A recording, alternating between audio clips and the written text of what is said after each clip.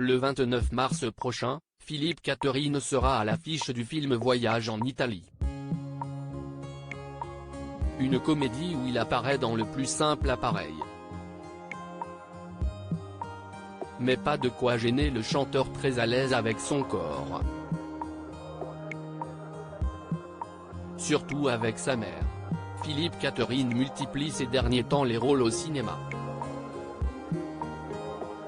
Après Astérix et Obélix, L'Empire du Milieu ou encore Un homme heureux, le chanteur de 54 ans sera à l'affiche de La plus belle pour aller danser, le 19 avril, et Voyage en Italie, sorti ce 29 mars.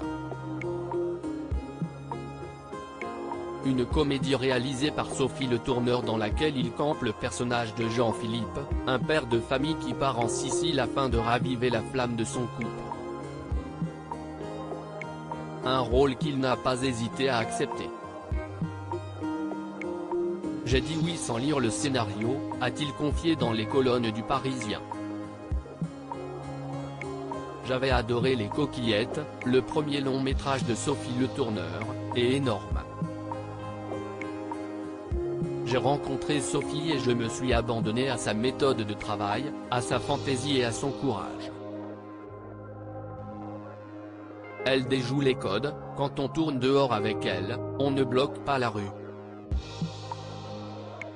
Philippe Catherine très, voire trop, à l'aise avec son corps pour son personnage dans Voyage en Italie, le compagnon de Julie Depardieu a notamment joué nu. Un détail pour celui qui a obtenu en 2019 le César du meilleur acteur dans un second rôle pour sa performance dans Le Grand Bain. Philippe Catherine a même révélé au quotidien qu'il était très à l'aise avec son corps. Quand on me demande de me mettre tout nu, je suis tout content, a-t-il assuré.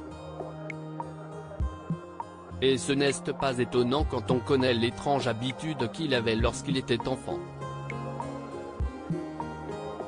Souvent, quand j'étais petit, j'appelais ma maman dans la cuisine, et quand elle se retournait, je lui montrais mes fesses. C'était un rituel, a-t-il expliqué. Donc à chaque fois, elle était choquée, mais elle riait. Et puis, au bout d'un moment, elle ne regardait plus.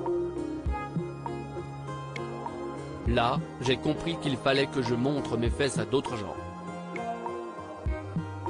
Une pratique assez improbable qui fait cependant partie du personnage de Philippe Catherine.